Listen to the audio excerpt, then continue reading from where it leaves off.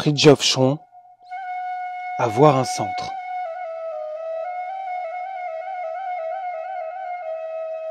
Chapitre 4, clés fondamentales. Méditation, concentration, prière. Ces trois mots résument la vie spirituelle et en indiquent les principaux modes. La méditation, au point de vue où nous nous plaçons, est une activité de l'intelligence en vue de la compréhension des vérités universelles. La concentration, de son côté, est une activité de la volonté en vue de l'assimilation, pour ainsi dire existentielle, de ces vérités ou réalités. La prière, enfin, est une activité de l'âme à l'égard de Dieu. Vérité universelle, avons-nous dit. Nous entendons par là les principes qui déterminent tout ce qui est. La première fonction de l'intelligence, sous le rapport envisagé, est la distinction entre l'absolu et le relatif. La seconde fonction sera, d'une part, la perception intellectuelle de la relativité en tant que celle-ci semble entrer dans le domaine de l'absolu, et d'autre part, la perception de l'absolu en tant qu'il se reflète dans le relatif. Spécifions une fois de plus, puisque le contexte l'exige, que le pur absolu est l'essence des essences, ou le surêtre. Quant au relatif, il englobe l'être et le reflet central de celui-ci dans le monde, puis le monde en soi. L'être, ou le Dieu personnel et créateur, étant l'absolu relatif, si l'on peut dire, faute d'un terme moins problématique. Nous pouvons distinguer ainsi dans l'univers total 4 degrés. Le surêtre, l'être Dieu, le ciel et la terre. Ce dernier terme désignant symboliquement et globalement tout ce qui se trouve au-dessus du sommet céleste, ou encore l'ensemble du surêtre et de l'être, si l'on peut dire, constitue le divin principe. Le ciel et la terre, enfin, constituent la manifestation universelle, le ciel pouvant être conçu comme englobant l'être et le surêtre, ce qui suggère l'expression « Notre Père qui êtes aux cieux ». Mais l'univers total ne comporte pas seulement des degrés, il comporte également des modes. Les premiers sont disposés en ordre vertical, tandis que les seconds sont en ordre horizontal, et se situent de la façon appropriée sur chacun des 4 degrés. Il y a tout d'abord une dualité, un pôle actif et définitivement masculin, et un pôle passif, définitivement féminin. Vient ensuite une trinité, la puissance, la conscience et la félicité. Enfin, nous discernerons une quaternité, la rigueur et la douceur, l'activité et la passivité. En d'autres termes, la pureté ou le sacrifice, la bonté ou la vie, la force ou la lumière, l'acte victorieux, la beauté ou la paix. C'est là l'origine de toutes les qualités divines et cosmiques. Après la méditation qui relève de la vérité et de l'intelligence, vient la concentration qui relève de la voix et de la volonté. Il n'y a pas de vérité qui ne se prolonge dans la voix, et il n'y a pas d'intelligence qui ne se prolonge dans la volonté. C'est ce qu'exige l'authenticité de la totalité des valeurs dont il s'agit.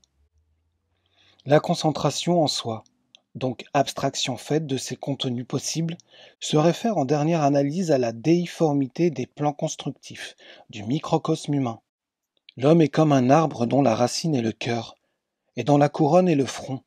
Or l'espace mental, la substance ou l'énergie qui contient ou produit la pensée, est en lui-même une conscience du réel divin. L'esprit vidé de toute coagulation pense Dieu par sa substance même, dans le saint silence, l'homme étant fait à l'image de Dieu. De même pour la substance corporelle, ou plus précisément pour notre conscience de cette substance actualisée dans une parfaite immobilité.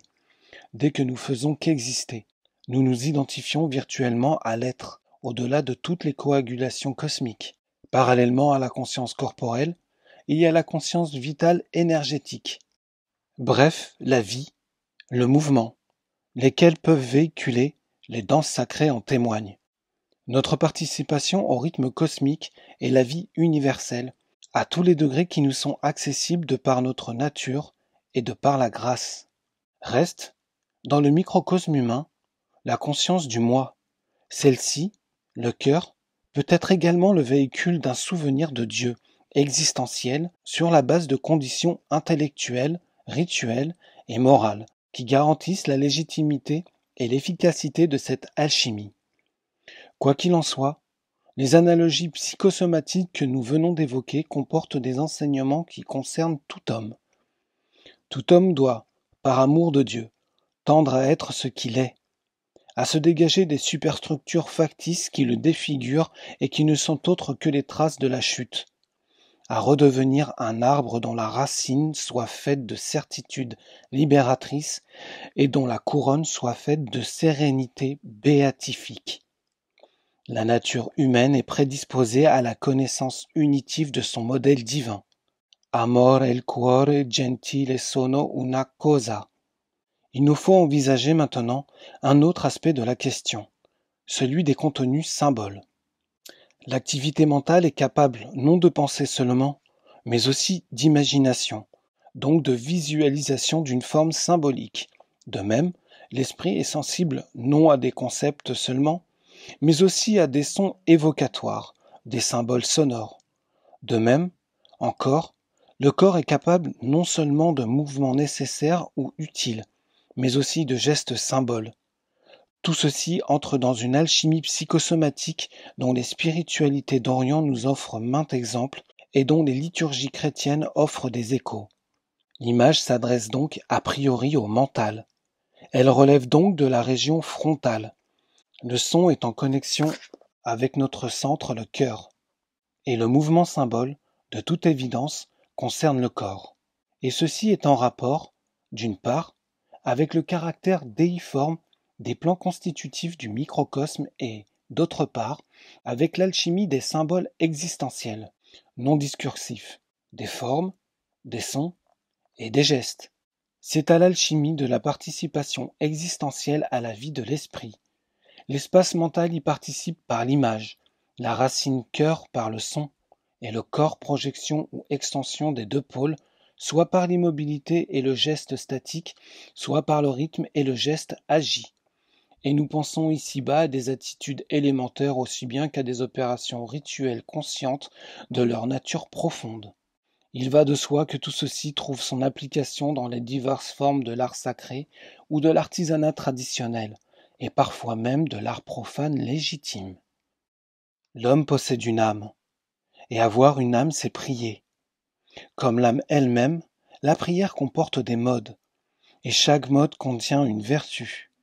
Prier, c'est actualiser une vertu et c'est en même temps en semer le germe.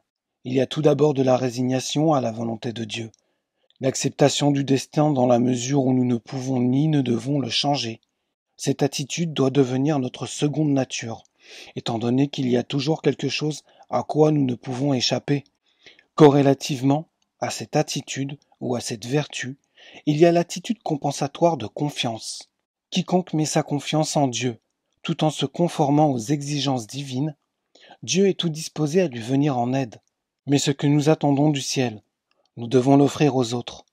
Qui désire pour soi la miséricorde doit être miséricordieux.